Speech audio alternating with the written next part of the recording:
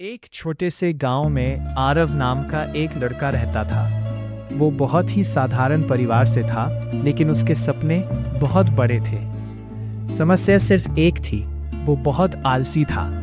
वो हर काम को कल पर टाल देता था। पढ़ाई हो, घर का काम हो या अपने सपनों के लिए मेहनत, वो हमेशा कहता, अभी बहुत समय है, कल कर लूंगा। उसकी माँ रोज उसे समझाती, बेटा समय की कीमत समझो, जो समय चला जाता है वो कभी वापस नहीं आता। आरव का ज्यादातर समय मोबाइल चलाने, दोस्तों के साथ बेवजह घूमने और आलस में बीतता था। जब उसके दोस्त पढ़ाई करते, वह सोचता, अभी तो पूरी जिंदगी पड़ी है, इतनी जल्दी क्या है। धीरे धीरे उसके सपने सिर्फ बातें बनकर रह गए। उसके अंदर क्षमता थी, लेकिन समय की कद्र न करने की आदत उसे पीछे खींच रही थी। उसे यह महसूस ही नहीं हो रहा था कि हर गुजरता दिन उसकी जिंदगी से कुछ छीन रहा है।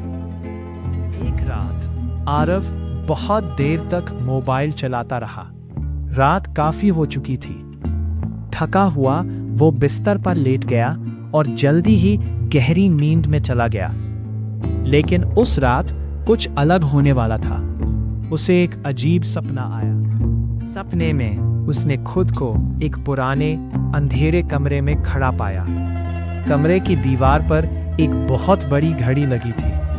वो घड़ी सामान्य नहीं थी। उसकी हर टिक टिक के साथ कमरे की चीजें गायब हो रही थीं। टिक, एक किताब गायब। टिक, एक पुरानी फोटो गायब। टिक, उसका अपना बचपन जैसे हवा में खो रहा था। तभी पीछे से एक गंभीर आवाज आई, डर क्यों रहे हो? आरव ने पीछे मुड़कर देखा। एक बूढ़ा आदमी सफेद कपड़ों में खड़ा था। उसके चेहरे पर अजीब शांति थी। आरव ने घबराकर पूछा, आप कौन हैं? वो मुस्कुराया और बोला, मैं समय हूं। आरव हैरान रह गया। समय ने कहा, मैं वही हूं जिसे तुम हर दिन बर्बाद करते हो।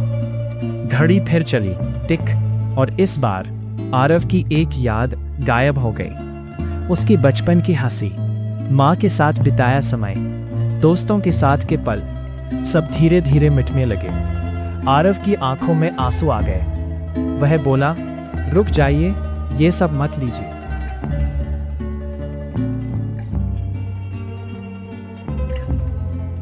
समय ने गंभीर होकर कहा, मैं कुछ नहीं छीनता, तुम खुद मुझे खो देते हो। हर दिन जो तुम आलस में बिताते हो, वह तुम्हारी जिंदगी से हमेशा के लिए चला जाता है। पैसा वापस आ सकता है, मौके फिर मिल सकते हैं, लेकिन बीता हुआ समय कभी वापस नहीं आता। ये सुनकर आरव पूरी तरह टूट गया।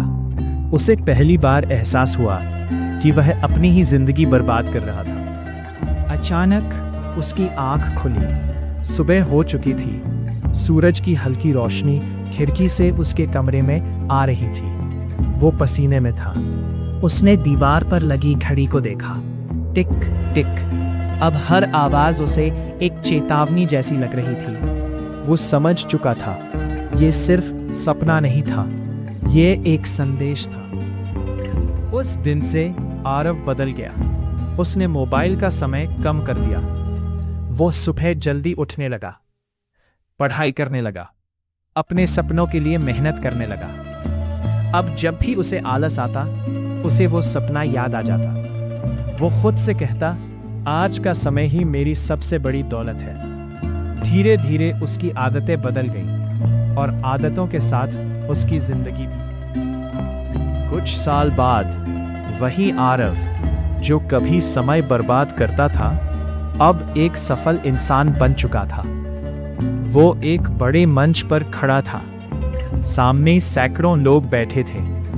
उसने माइक उठाया और कहा, मैंने अपनी जिंदगी से एक बात सीखी है। अगर आप समय की इज्जत नहीं करेंगे, तो समय भी आपकी नहीं करेगा। समय सबसे बड़ी दौलत है। इसे खोकर कोई अमीर नहीं बन सकता।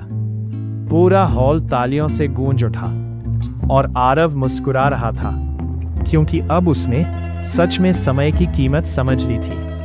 हर सेकंड एक मौका है, हर मिनट एक फैसला है, हर दिन एक नई शुरुआत है। लेकिन अगर तुम समय खो दोगे तो उसे कोई वापस नहीं ला सकता। समय सबसे बड़ी संपत्ति है।